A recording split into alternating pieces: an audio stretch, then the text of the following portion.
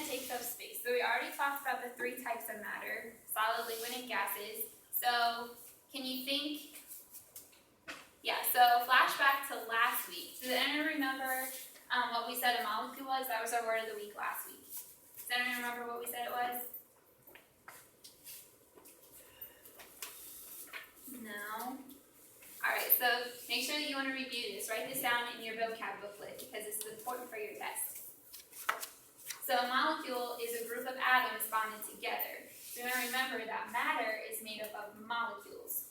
So it's important to remember. Alright, so there are three states of matter. Solid, which is a group of tightly packed together molecules. So something that is going to be really close together. A liquid, which is a group of floating molecules. So they're still kind of close together, but they're not as tightly packed together. And then you have gases, which is a group of loosely packed molecules. So these molecules are just going to be flying all over the place. Like they're not in any sort of structure. So matter can change. It can change, these are called either physical changes or chemical changes. And so states of matter can change from one state to another by one of these two changes. So a physical change is when the look of a piece of matter changes how it looks. So when a molecule changes its physical state without changing its chemical structure. So for example, anyone know what this is? Ice cube. Okay, so it's an ice cube. And if we make ice hot, what does it do? Ariana? It melts and it turns into a liquid. So it turns into water. So ice, which starts out as a solid, when heat is applied, which would be the physical change, it turns into a liquid. So the second kind of change is a chemical change. So this is the chemical structure of water, H2O. So a chemical change occurs when the chemical structure of an atom is changed. So if you have water and you add an oxygen molecule, you're going to get H2O2, which means that it's not water anymore. So you've changed the chemical structure of that atom. Alright, so now you guys are going to get a worksheet.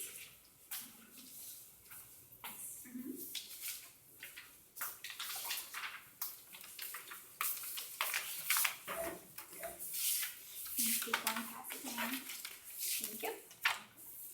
Alright, so on this worksheet, you have a word bank, and you have these blanks, and you're going to use the word bank to fill in the blanks. So it's going to describe different types of objects, and you have to either label them as solid, liquid, or gas, or you have to see if something is a solid, liquid, or gas. So raise your hand if you need any help while we're walking around. So yeah, don't be afraid to raise your hand, guys.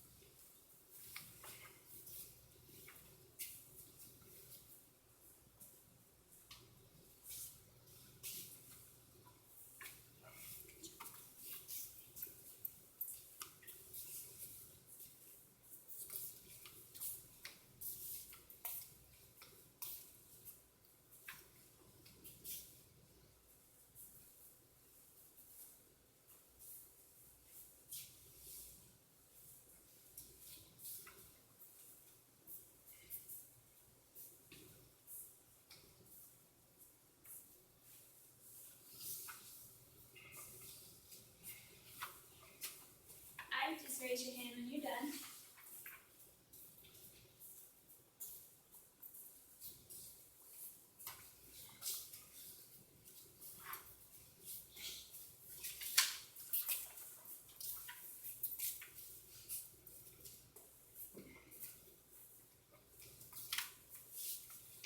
Alright, awesome. Let's go over this. So a blank is a group of loosely packed molecules. Does anyone know what that is? Michaela? Liquid. Good job. Blank is an invisible gas, and can make your voice turn funny.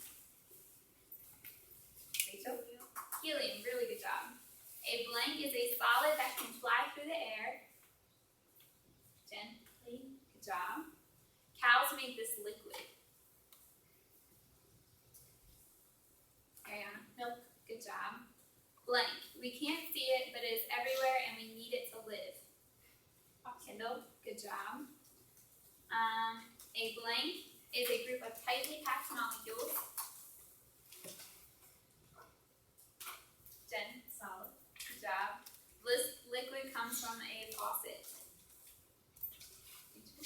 Water. Good job. A blank is a group of floating molecules.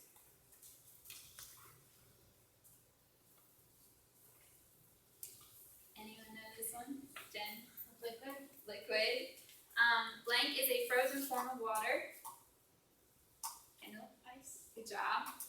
This solid grows up from the ground. Yeah. A tree. Okay. So then you have these pictures at the bottom. Did anyone know what the apple was? Yeah. Solid. What about the vapor? Michaela, do you know what the vapor is?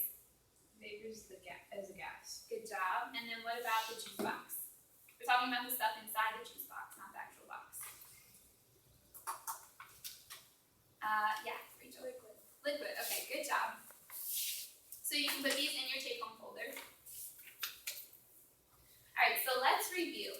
So it's easy to talk about this stuff, but sometimes it helps to have an actual example of it.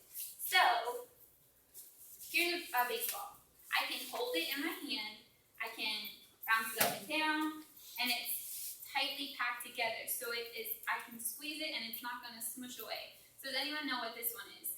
If they had to take a guess. Kendall. Solid. Solid, good job. What? Okay. So, a gas. Can anyone give me an example of a gas? Yeah. Oxygen. Okay, so oxygen, we can't see it, but since we know it's matter, we know it takes up space.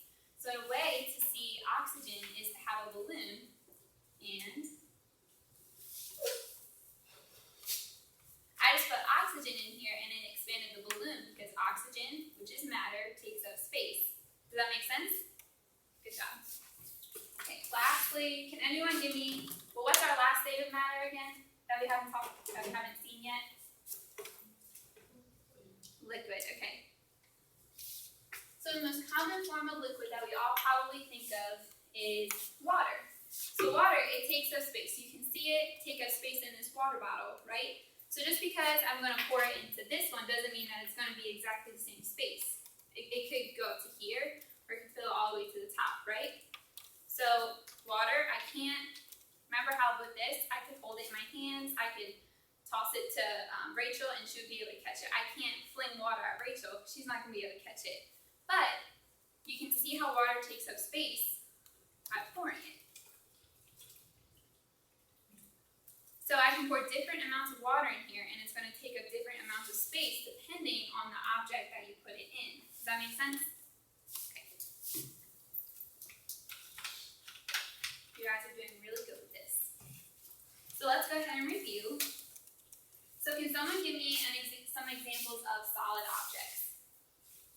Maybe something that we see in this room. Something that we are using right now. Michaela. A desk. A desk. Okay, what's another one?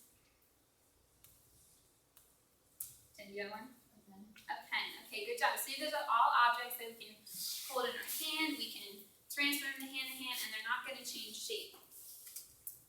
So we have a chair, a tree, and some shoes. So we use solid objects every single day. What about some examples for our liquids? Kendall, do you have an example? Water. Okay, water. We saw water. What's another one? Ariana? Juice. Juice. Okay, so these are more things that we use every single day. We also see these things out in nature.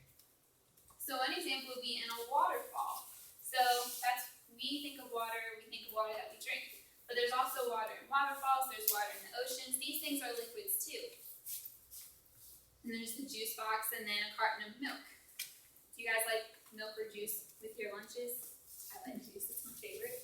Alright, so then there's gases. So these can be kind of tricky to think about because we can't actually see them unless we put them into an object like we did with the balloon. They still take up space, but we don't necessarily see them with our eyes. So can we think of some examples of them? Let's try and think outside of oxygen, because that's the biggest or the most prominent one, but what are some other examples that we can think of? Yeah. Helium, good job. And then remember how we talked earlier about how an ice cube can go from a solid and then the liquid, and then what would the gas of the ice cube be? Yeah. Steam or water vapor. Really good job.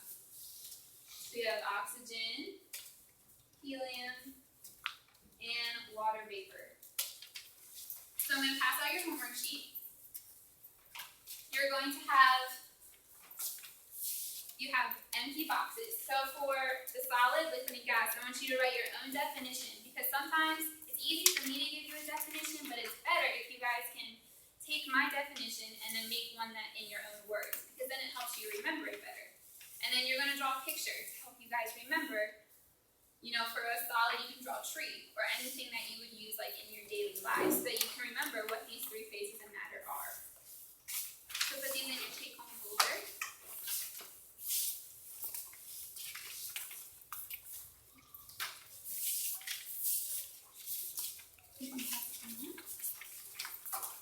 Alright, and remember that you have a test next Thursday, so make sure you study these, and remember, we met that word molecule, you want to put that in your vocab books to study that as well.